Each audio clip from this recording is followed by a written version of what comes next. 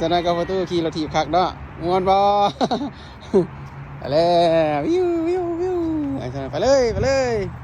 ไปเลยไปเลยไปเลยไป